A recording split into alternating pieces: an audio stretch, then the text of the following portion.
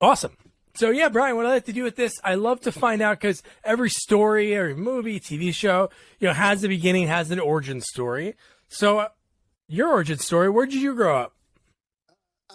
No, my origin story is very simple. I was born on the planet Krypton, and I was sent Okay. by my scientist parents. No, I grew up in the suburbs of Chicago, uh, Nice. and I grew up in an explosive era where television sets in homes and viewership skyrocketed. And for the first time in the history of man, you could sit in your home and images were broadcast live to people. Americans were already trained by radio to sit in a room together and stare at something. Now there was something worth staring at, and and and I grew up in an era of high energy, explosive entertainment, howdy doody, Rudy Kazootie. Captain Kangaroo was very mellow, but the rest of them they went for the throat. They killed vaudeville and energy. And in Chicago, actually, the Bozo show. Bozo was a syndicated show by Larry Harmon, who you know hit with it in Los Angeles and decided to sell it to individual stations. The one in Chicago ran for 41 years, Oh my far God. longer, far longer than any of its kind. But but this was the entertainment that I was drawn to, that was built for me. While at the same time, I was very fortunate that my mother in particular steered me so much into watching every week Jack Benny, Burns and Allen, Bob Hope, Red Skelton, Jackie Gleason, without Sid Caesar, for God's sake, Yeah. with that you didn't know you were getting an education in comedy, and so I very much and I think the third part of that wheel was the kind of family entertainment that you saw particularly on ABC in the late 50s and really up into 1970, which was, Leave It to Beaver, the Donna Reed Show, Ozzie and Harriet, and My Three Sons. Yeah. I mean, those shows were literally on back to back to back to back. And shows It's unreal when you really think about it. Like they yeah, had that great of a lineup. no. Hey, when I was in college, the CBS Saturday night lineup was All in the Family, MASH, Mary Tyler Moore, Bob Newhart, and Carol Burnett. Today they don't even program. They don't program Saturday nights. They Nah. put on a college football game or something. But just shows how viewing habits have changed in television in general. But it's kind of my humor and my work have kind of really evolved from those three sources, and I never wanted to be a niche filmmaker. I wanted to play to the widest possible audience. Before I was a film director, I spent close to 20 years doing episodic TV, starting on Happy Days when it was the number one show when I was 23 years old. Wow. And What year was that? What, well, 70s? that was 19. I think my first episode was in 1976. Okay. And I interviewed William Bickley. I don't know if he was still there then. he actually came and helped out in one of my classes this past fall. Oh, nice. Nice. Yes. Yeah. No, a good guy who I worked for at the beginning of my career, and then he and his partner Michael Warren had stepped back a lot, and so it was he worked for me, which I'm sure was very uncomfortable for him. uh, but a great guy. And anyways, Happy Days was as good a training ground as you could ever find. With Gary Marshall had a nose for finding people who he believed could work in his system, and his system was pretty easy. was highly collaborative. It was competitive.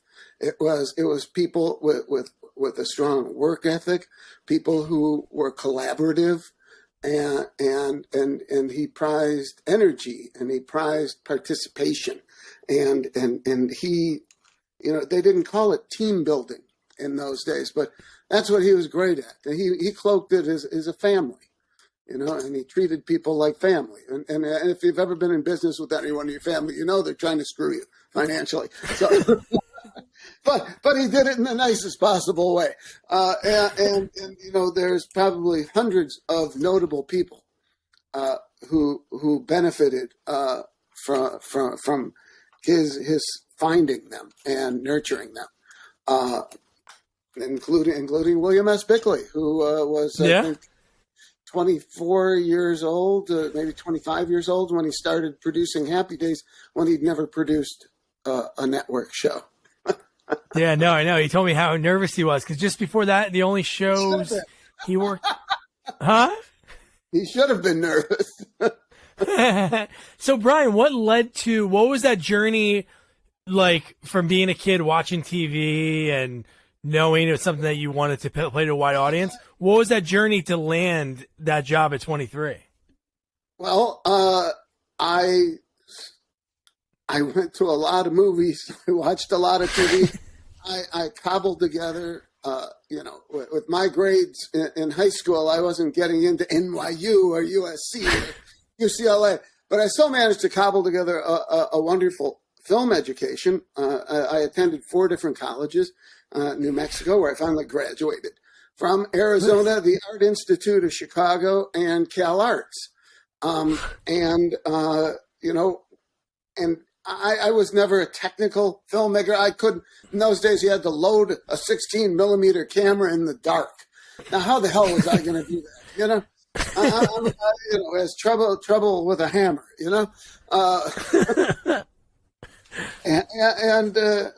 So, but I had ideas, and I, like I said, I really studied TV. And when I talk about the Saturday night lineup on CBS, I know it so well because I didn't go out. I watched those shows and I tried to see how they were telling stories, how they were using their characters, how they were developing their characters, how they sustained their success. And I still had a mountain to climb, knowledge-wise, when I started breaking in. But I had good ideas, and they gave me the time and the place to learn how to be successful and learn how to maintain success, and how to channel all of your knowledge and energy into producing a weekly, an amazing, every week you birth a child, you create something and you send it out into the world. And it's a tough job, but my first year in the majors, so to speak, after they invited me to join the staff on Happy Days for the 77-78 season, I did, from one season to the next, I did 51 episodes of television, 27 Happy Days, 24 Please Stand By, a syndicated show created by Bill Bickley and then partner Michael T. Warren, and did episodes for other series as well. And after that year, I went from being, a gangly, unsure rookie to kind of a veteran comedy writer. That was quite an indoctrination period, and I acquired a tremendous amount of knowledge, and from there, I tell my students, that it's how important it is just to do the job, to arrive on time, to be ready, to know things that I can't tell you how many times that my career advanced because other people didn't show up. They didn't do the job that they were hired to do. And thus opportunity went to other places. and people who showed that they wanted and were willing and capable of handling those responsibilities. And I also tell my students, it's not, when I was in college, there were maybe 20 film programs in the country. Now you have hundreds. And you're not just competing against every graduate from these 200, say, film institutions, but you're also competing against the best from around the world who want to come to Hollywood. And this has been ongoing since, Eric von Stroheim landed in the early 20s here. This is where the worldwide fame is. This is where the bigger money is. This is, and that's why people have always been attracted and have more opportunity.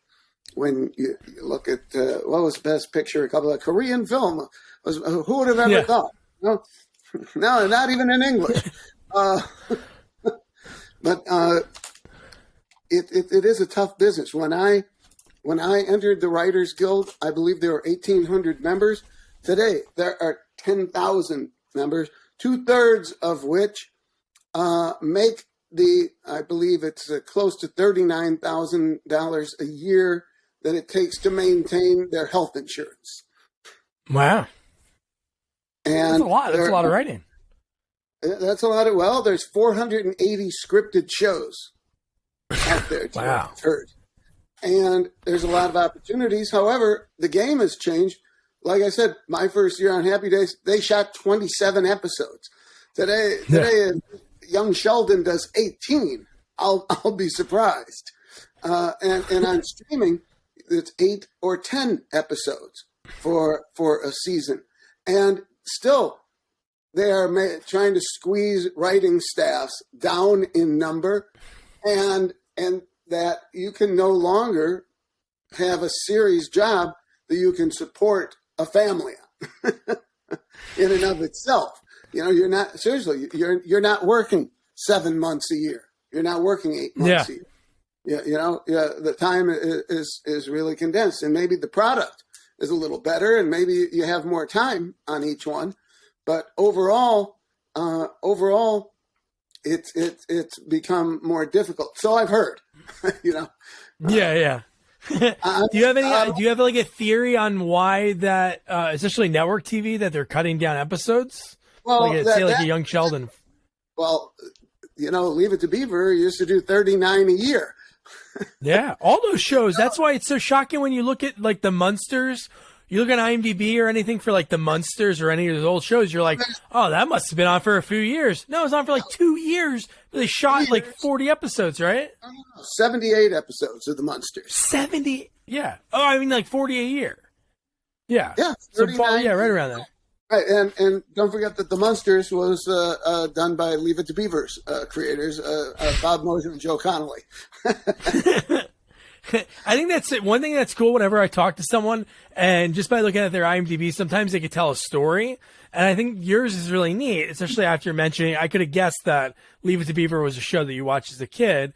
So I'm sure that had like some seminal moment, because throughout all your writing that you do on so many different shows in the 80s and producing the new Leave It to Beaver, like how long did you have the idea to develop that show?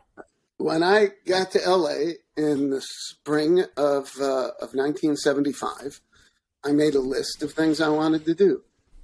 The second one on that list were 3 words: Still the Beaver. And this emanated from when I was in high school and was after school watching an episode in my friend's parents' little den on a black and white TV. And I'm watching Beaver, and I said to myself, now this is 6-7 years after the show went off the air in June of '63. And I said, I wonder what those guys are doing today. And that seed of an idea stayed with me and grew and grew. And after I had some credibility, when I put a show on the air that premiered after the Super Bowl and produced 2 seasons of the Bad News Bears series, Nice. I teamed up with another Happy Days guy, Nick Abdo, And we started knocking on Universal's door to do a movie of the week, a revival. And it was it took years to get there. And it was tremendously successful, despite my disappointment with the work of the director. And had I not been so unhappy with that, I would have said, job well done. Instead, I said, damn, this could still be so much better. And we decided to turn it into a series. We found a very willing partner in the Disney Channel, which at that time was a pay service. Yeah. And we made 26 episodes of Still the Beaver, the most successful show in the history of the Disney Channel, beating in Disney Channel homes all network and cable competition, an 80 share in Disney Channel homes on our premiere. And so they canceled us. Oh my gosh.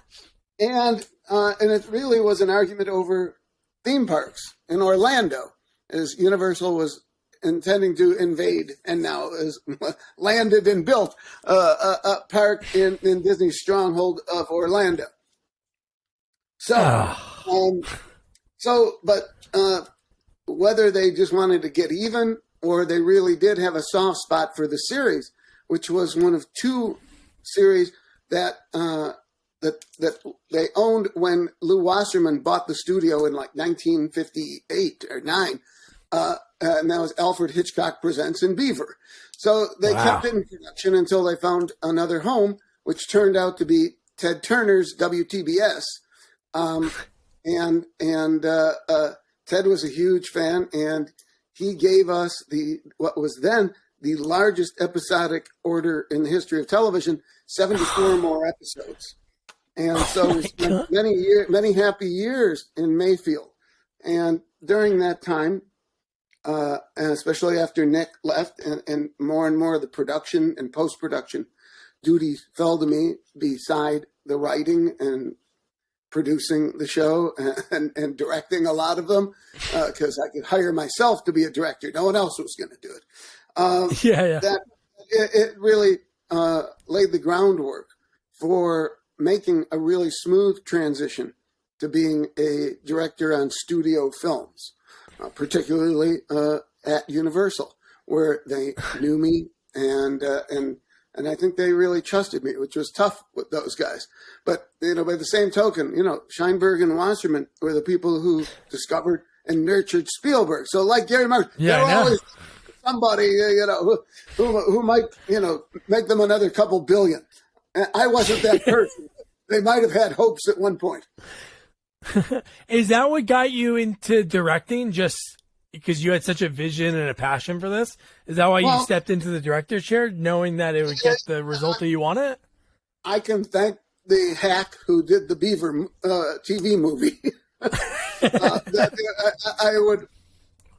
I was producing Happy Days at the time, so I couldn't be around, really.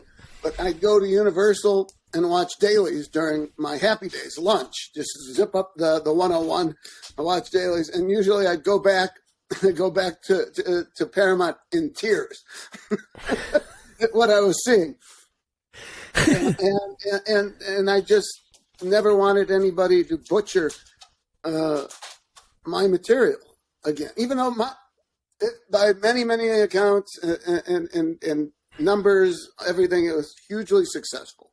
The second highest rated movie of the week of the year, but I saw what really could have been, and I think having a vision of what things can be has really been an asset with me, and then working towards achieving that vision.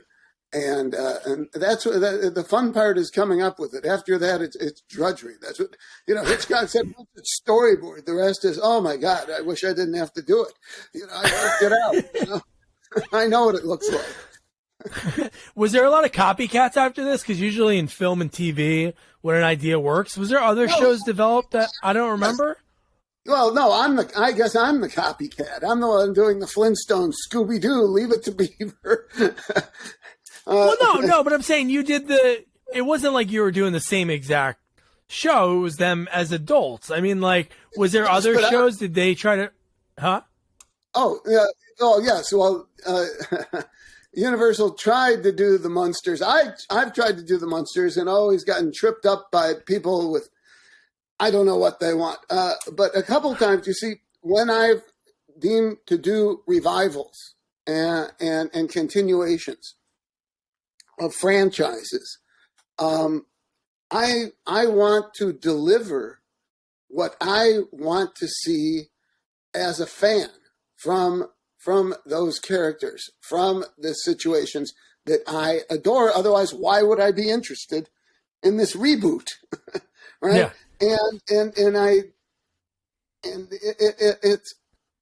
It's not a very large bullseye, but I think when things are done by people with tremendous affection and respect for things, rather than saying, I want to do my version of it. Yeah, I want to do my version of it, but what I want to do is the best possible version of what I, as a fan of Full House, of that 70s show.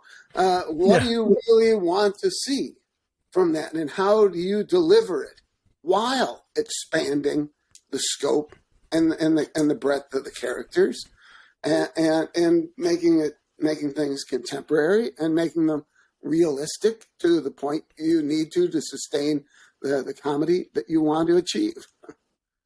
Yeah. Do my three grandsons, call the Livingston brothers, and maybe they would be on board, Barry and Stanley. Once I actually, Ricky Nelson's 4 kids came to me once to do a show about them, and it actually would have been very good because Tracy was a single working mother, and her 2 brothers, Gunther and the other one, Nelson, were having a bit of a downturn, is transitioning from teen pop stars to roots artists, and then they actually had a little brother that I didn't know about, who was like a crazy computer genius who went to Harvard. and so basically we put a show together about all of them living together and helping Tracy raise her daughter in their grandparents' old house. Wow! So, but nobody ever bit on that. But I thought that was a realistic way to do, Ozzie and Harriet, but not do Ozzie and Harriet whatsoever. Yeah. Yeah. But there needs to be authenticity. I think Star Trek has been very fortunate in their choices and how to do continuations of things, and also some very good collectibles. And just fans aren't stupid. I think they can tell when there's passion involved in a show when they're trying to do a continuation or a requel, whatever the term people use. Let me ask you this question: did you see Rob Zombie's Munsters movie? I didn't try it. I watched the trailer and that was enough for me. To be honest. And I wanted to see it, and then I saw the trailer and I said, "There's no need to make myself sick." I know, but that goes back to people who really aren't funny. He's let's face it. I couldn't make a horror movie that discussed people the way he does. What to save my life? Ha ha ha. But people who are comedy people generally gravitate to comedy, even if they grow out of it, like Rob Reiner, like Gary Marshall, like James L. Brooks. But that's where their heart took them. Just hard to cast that show. I think that's the hard that's one of many hard things. But I don't know. I just watched it. It just seems so just not the vibe of the old show. And that's what you kind of look for when you look at those. I don't know if you ever saw it only made it to a pilot, but there was 1313. Mockingbird Lane. That was a cool spin on it, at least. Really, that was $14 million. They're never going to see again. It's as Oh far. my gosh. It's as far from the Munsters as you could get, and that's why I say I don't think people want people to reinvent things. I think they want to capture what they love about it and contemporize it to a point. But there's an aura that shows give up, and there's an attachment, and I think I've been successful in rekindling those attachments because I'm approaching it as a fan, not as someone trying to put their own stamp or spin. And I remember but I'm also kind of a simple guy. A guy from the New York Times interviewing me about the Flintstones said, "What do you say when people say that the film isn't ironic enough?" And I said, "Oh, I really don't know what that means." And he thought I was kidding. I wasn't.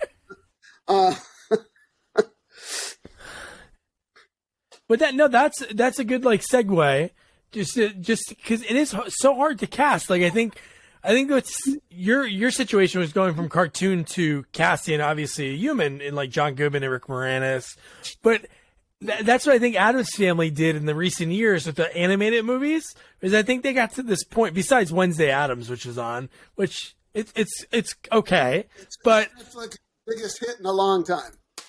Oh, I know that. No, I totally get that. But me as a fan, I just think of Raul Julia and John Astin. They nailed that so good. So it's almost like the studios were like, let's just do cartoon form. I'm surprised they haven't done that with the Munsters yet. Well, I think it's to get it out there. Well, I don't think they really want to. No one really wants to stake their career on the Munsters.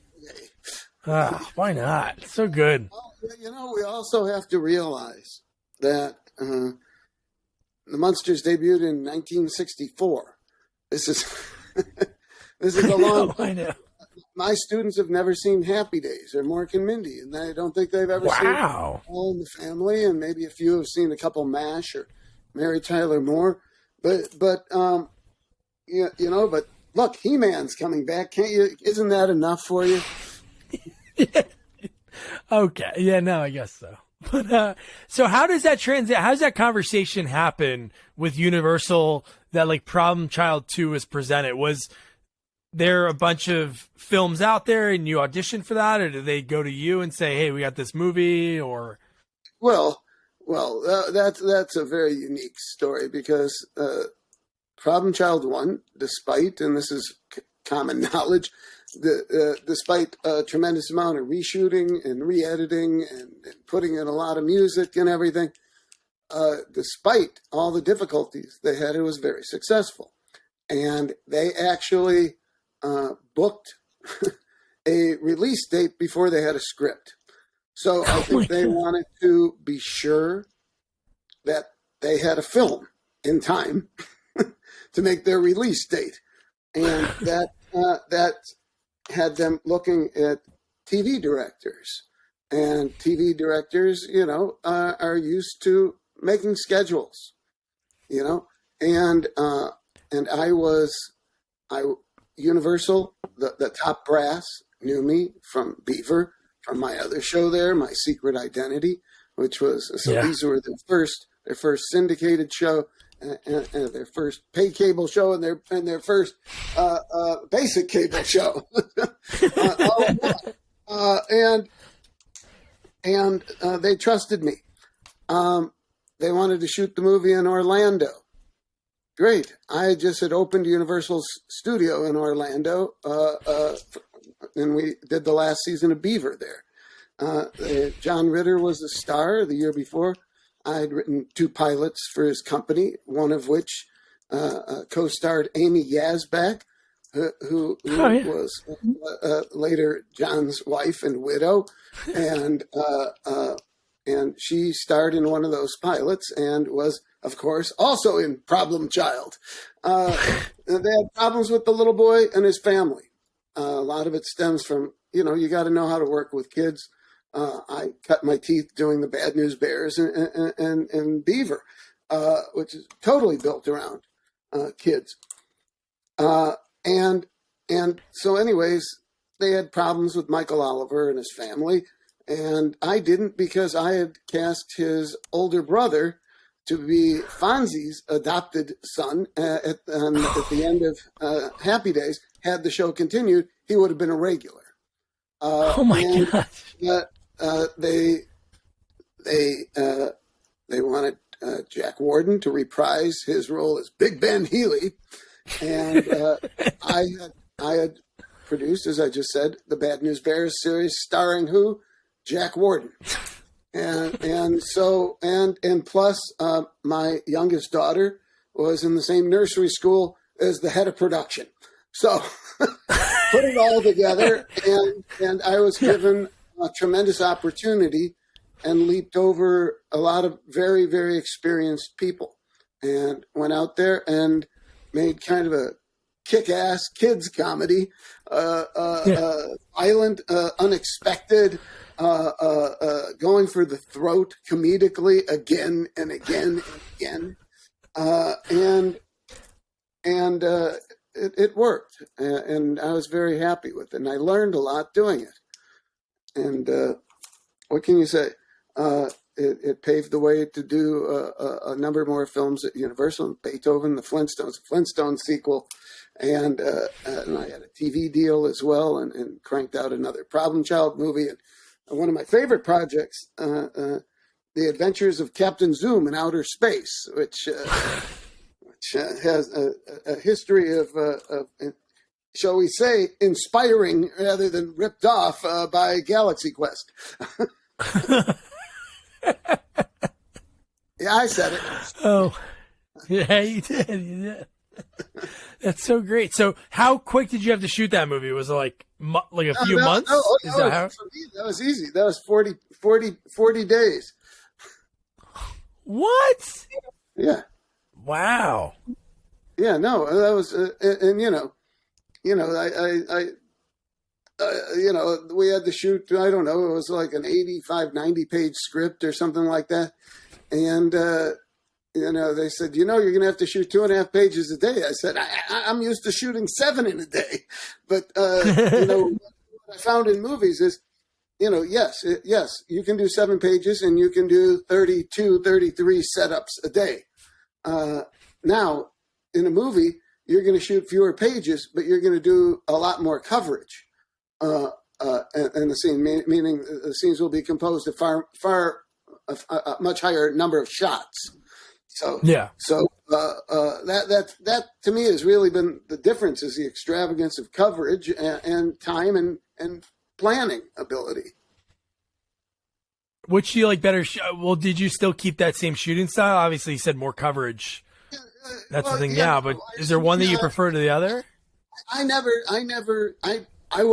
didn't do anything different in movies than I was doing anywhere else. I shot at at a furious pace, to get things done, to keep it moving, it can be a real grind, and you got to make it fun for 85 people. You got to keep it energized.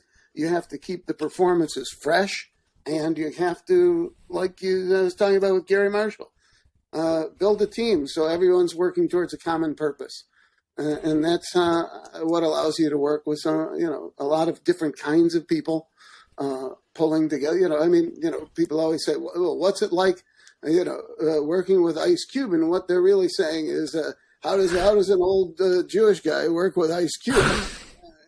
And the answer is that sharing a common vision, that we were able to really collaborate and achieve what we aimed for, and were at the time his highest grossing film. And I saw it not too long ago, and it packs a big comic punch, and it keeps punching. So we're very proud of that one. No toys. Yeah, gave the world a different view on him. You got to think before that it was the Friday movies. Yeah, no, did another. That's what they think of. Well, Boys in the Hood, yeah. So then that was that gave the audience a different way to view him, and then from there he did some other family movies too. He did obviously a sequel and a few other family-oriented movies. Yes, no, he's certainly a well-rounded entertainer at this point, Yeah. and producer as well. So the only thing that was bad about Are We There? No toys from Are We There Yet? Jingle All the Way, I got shells. Happy Day, I got shells. Mork, I got shells. So no, let's talk about your book real quick, because I think it's a good transition. So My Life in Toys. At what point did you think about writing a book? Was this something like Leave It to Beaver, years in the making? Yes. No, it has been many, many years. But let's say the book is really a summation of a half a century as a collector of toys, of pop memorabilia, and especially how it relates and integrates with my work. As I said, Happy Days are 20,000 licensed products, probably half that overall from Mork and Mindy. God knows how many licenses there ever were for the Flinstones from 1961 on. And the Munsters, Leave It to Be.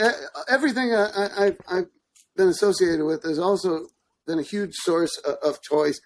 And, I've been collecting, you can say you started collecting as a kid, but everything you had, your parents threw out, right? I know. I'll never forget, coming home from camp one year, and my mother had thrown out my comic book collection and our father. And needless to say, I was very upset about the comic book collection. But as you start to get a little older, you try to recapture a piece of your youth in many respects. Oh, yeah. And the things that remind you of, as I said, I grew up in the 50s, and it was a very optimistic time, and also the largest increase in consumer spending in the history of man.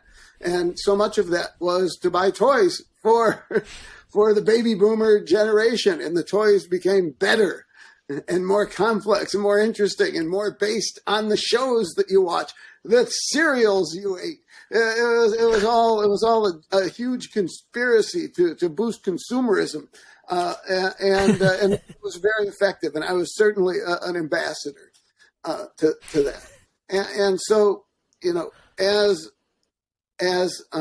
I frankly, had a little more discretionary income, so much of it went towards toys and building my collections of Mr. Peanut and animation stuff, Popeye stuff, sci-fi stuff, sports stuff, the Beatles, Hulk Hogan. I have a lot of Hulk Hogan. I love Hulk Hogan. Can't stand wrestling. I love Hulk Hogan toys. Colorful, beautiful, display great. He became Hollywood Hulk, twice as many toys. So there comes a point where my line is, I don't have room for another olive oil. And it's not like everything's in one room, like some of my friends whose wives make them keep their Batmobiles at the office.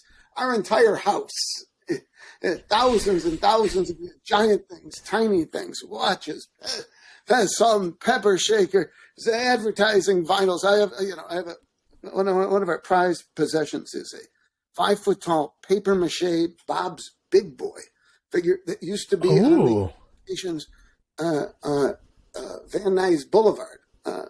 It's no longer there. But on sunny days, they would wheel it outside. And we have things like that, and giant trade signs and neon, and it's just everywhere. And you look around and say, one of these days we may just move, or maybe it's time to get rid of this. And I thought, well, that's a pity. And I started plotting to photograph it and to turn it into a book that tells the story of my illnesses in collecting. And I'm very fortunate that my brother-in-law, Joe Pellegrini, is one of the top tabletop photographers in the country. For instance, oh my God. Yes, every Subway sandwich you've seen on a billboard, in-store ad, a magazine behind the counter for the past 16 years, he's shot. And if he can make a Subway sandwich look appetizing, think of what he can do with a beautiful Japanese robot. Yeah. And so for about 9 years, every time I'd go to Chicago, I'd bring a box of toys, and we would spend a furious day unwrapping, cleaning, shooting, wrapping, and send it back, and do it again and again and again until we had taken 7,000 photographs. That we're then over, thanks to COVID, really got an opportunity to work on this, and out of that there are over 1,100 original color photographs in the book, and the book is huge. It's almost a foot tall, and I think it's 3 7/8 inches and 12 inches high. It's a coffee table book the size of a coffee table. Man, I gotta order it. That's cool. Proud. No, I love. My wife does photography as a hobby, and that's we have a bunch of like coffee table books, so that'd be neat to have. So, what is like the rarest one you have? Is there something odd or? A couple of things. Certainly, the Bob's Big Boy is something that should be in the Smithsonian. But in our backyard, at an architectural place in Chicago, I found a very neglected 29 by 19 foot foreshortened Wonder Bread loaf porcelain sign weighing thousands and thousands of pounds in 13 pieces. And of course, I had it shipped out and assembled in my backyard. It used to live atop originally on the Wonder Bread factory in Detroit. And now I just look out the window and there it is. It's look at it.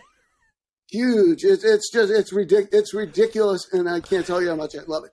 But that doesn't mean that I don't feel as strongly about, things I got out of gumball machines and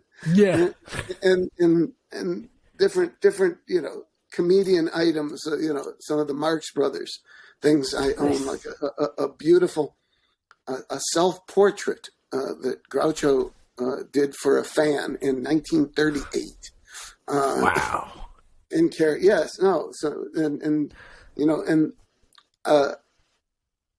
I became kind of close with Bill Hanna and Joe Barbera making the Flintstones movies, particularly Joe Barbera, who was really a very cool, as cool a guy as you'll ever see in his 90s, and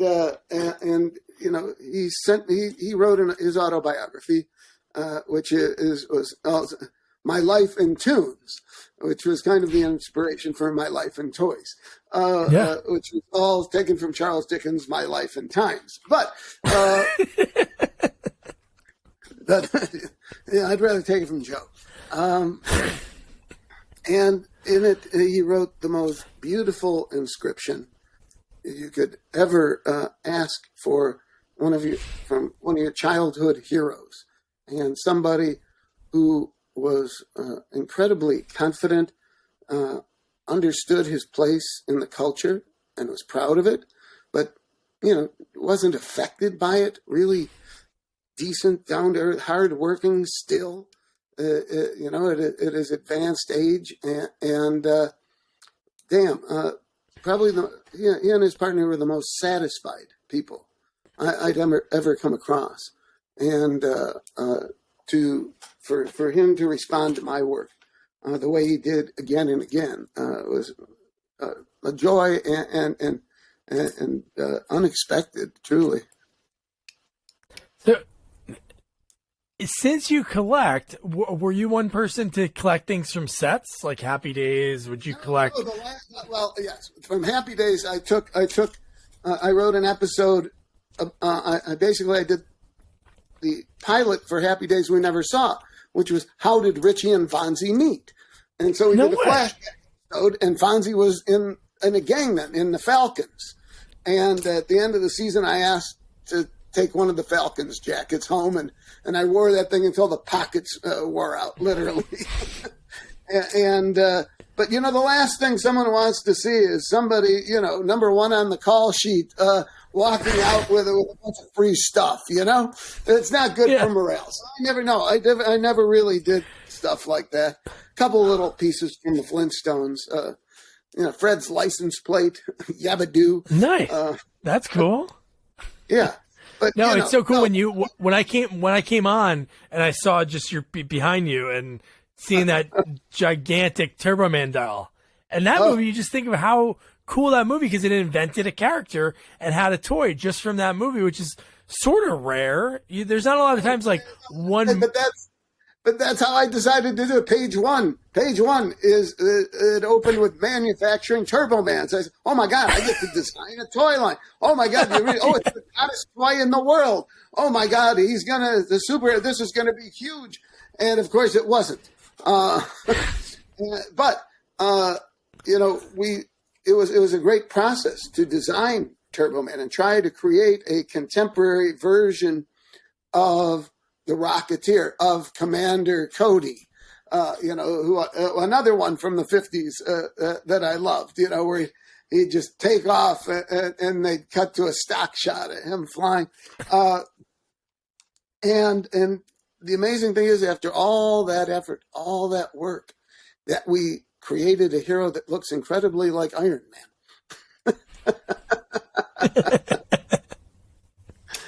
But he's great, and it was very rewarding last year on Jingle All the Way's 25th anniversary that the toy that Tiger Toys made of Turboman, which we envisioned as being the hottest selling toy in America, just sat on the shelves well into March. But today is the originals are a collector's item, and on the 25th anniversary, that Funko would not only reproduce that toy as a Walmart exclusive that became literally the hottest toy in America, and a line of Funko Pops, 5 different Funko Pops,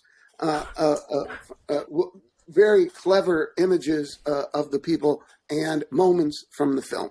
And so it took a long time, but we got there. But you were right. You could go to whoever doubted you and you'd be like, see? Yeah, well, the next time, in like 99, Fox sent us a letter saying, we're not even going to bother sending out profit and loss statements because this will never, ever, ever make any money. And I don't know. So now it's 26 years later. Maybe they're wrong. I'd like to find out. Such a good movie. Honestly, the movie's so good. I showed my daughter, she's 4, and it was just so funny. Like, just the comedy of Arnold in a situation like this and him fighting everyone. And I love the movie. And Phil Hartman. Great loss.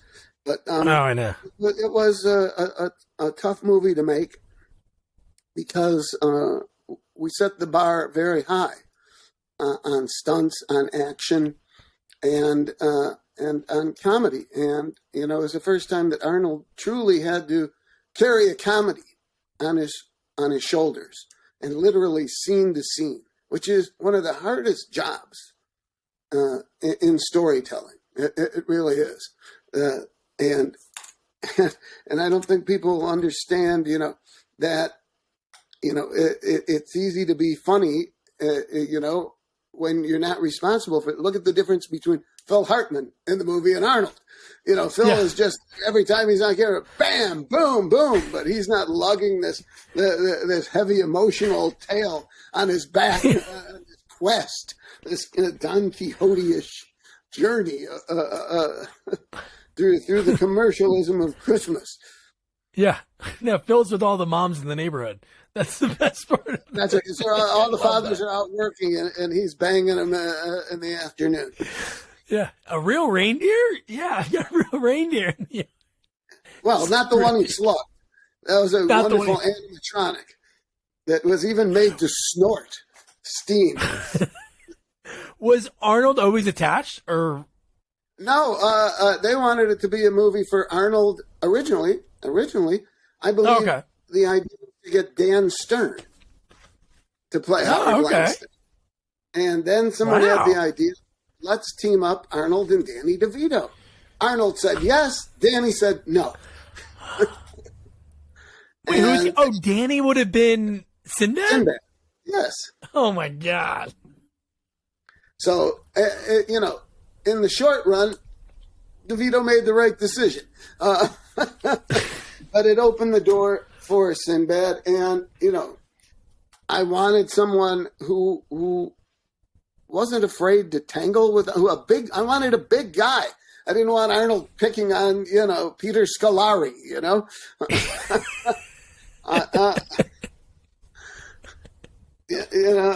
wanted somebody who could, bang him into the newspaper rack and fight him for the telephone and tackle him and all this other stuff. So Sinbad was a great choice, and he doing better after recovering from a terrible stroke. But at the time, he had such wonderful energy, very creative, hard worker, and they really gelled well. It became a terrific little rivalry, and I had a good time with them. Although I got to tell you a story. Last time I can't even remember what city I was. I don't think it was Chicago or L.A., but I'm sitting there with my wife. We're having a coffee or something, and I see Sinbad hustling to a plane. And I rush out. I go, "Hey, Sinbad!" And he said, "Hey, nice to see you, man." And I said, "No, Sinbad, it's Brian Levant." Oh, sorry.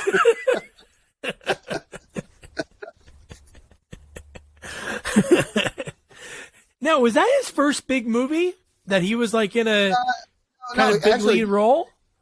He and Phil Hartman, I can't remember the name of it. Yeah, the house guest. The house guest, yes. That was before that? Okay, I didn't know what was first. I think he'd also done, First Kid or something like that. Okay, yeah. No, I knew they were all bunched around each other. I didn't know which one was first, but no, that's especially DeVito and him bumping each other wouldn't be too good. But I'm surprised he said no to that.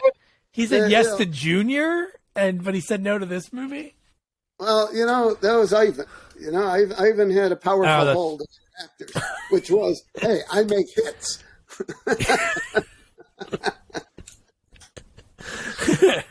Yeah. So, Brian, what are some things that you have coming up? Obviously, we can't cover everything that you have on your IMDb. We could cover everything I have coming up because, as I said, the book is very much a summation because I think, I'm not planning on making movies. I'd certainly be open to it if the right thing came along. It rarely has. In the last few years, I have been teaching for the past 6 years at both the University of Arizona and the University of New Mexico. Cool. Doing a sitcom boot camp where I take small groups of kids and we create, develop, write, rewrite an original half-hour streaming network-style show and conclude with a reading for an audience and live stream with local professionals and student performers. And it's been a very successful program and very rewarding, and I'm still enjoying that. I have one film in development at Illumination, an original CGI musical that I created. Nice. Been in development for a couple of years there. I hope I live to see it if it comes out. These things take so long. But that is being produced and the music written by Pharrell Williams. So very, very happy about that. And, it may be a nice way to go out eventually. But, I'm planning a couple more books. I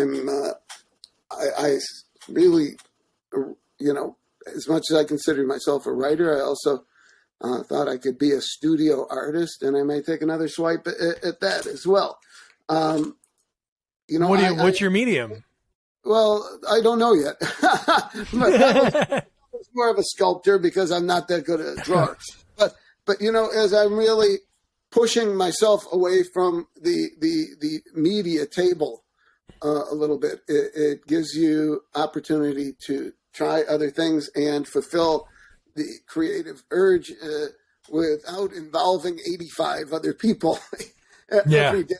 And, I started that journey, I submitted my first jokes to kids shows, Chicago, when I was in third grade. I always for, class, high school, local papers, started making films at 10. And so I've been doing this literally a long time.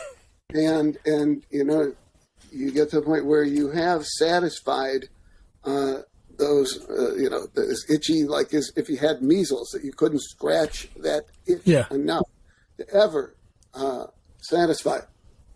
But, when I realized, when I stopped looking at the box office every Saturday and Sunday morning, that I was winning the battle against addiction. But I think you said it best. It's about like when you're creative, you have a new outlet because it keeps your mind active. Like that's so important. I hope to keep it going. Yeah, no, but like I said, it really took a lot out of me because I worked very, very hard and at a very high level. I mean, usually when I'd finish a film, I'd hole up in a hotel room and sleep. I'm not kidding, for 36 hours. Just a tremendous expense of energy for prolonged over months, and with virtually no time off. If you're not shooting, you're prepping, you're preparing, you're casting, you're editing. Yeah. Trying to be a human. It's a tough job. That's why it pays well. Yeah. One thing that was on, I know IMDb's never right, but I was hoping they were in this case. It has on your IMDb in development, the next installment of the Police Academy series. Yes, no, that's another one whose time has passed, I'm afraid.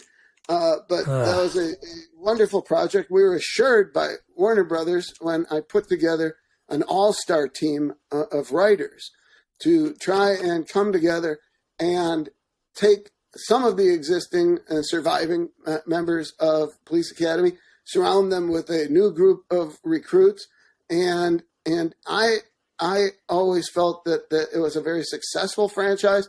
I never related to it creatively.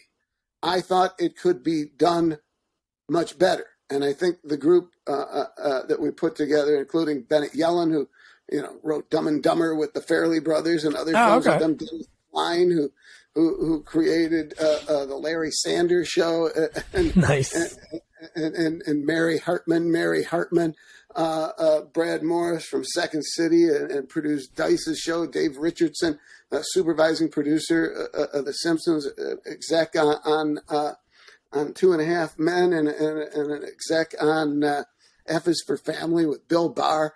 Nice. We really went to work on this, and we really delivered. And Warner Brothers just couldn't see to spend the money, and we're talking like an extra $1 million to achieve what we wanted to do. And so it just kind of fell apart. And I keep saying, well, take it to a streaming service. But the division at Warner's, who was developed for, well, if they're selling stuff to streaming services, then you don't need them anymore, do you? So yeah, right. Man, I would love another one, man. I love talking to Lance. I talked to Lance Kinsey a few years ago. Just such a nicest guy. Like, he'll email me randomly. And it's cool because when I talk to him, and I think it's so great about that franchise, because it's really hard, I think, for comedy franchises to get past 3 or 4 films and still be good. And right behind his desk, he had the Police Academy 6 poster. And I really like that one. They did a series. They did an animated series. Yeah, I have. And they had a decent toy line from the series. You have some of those movies. Do you have a high tower? I don't actually. I would have had the movie gone. I would have, and I also would have pressed for somebody to make from the original films a line of toys with Bubba Smith and all that group. You gotta have Tackleberry. I don't know how he ever had a gun because he was shooting at everyone. Almost killed his own father in one of the movies. Almost all counts in horseshoes. Sure. It's not Brian. Yeah.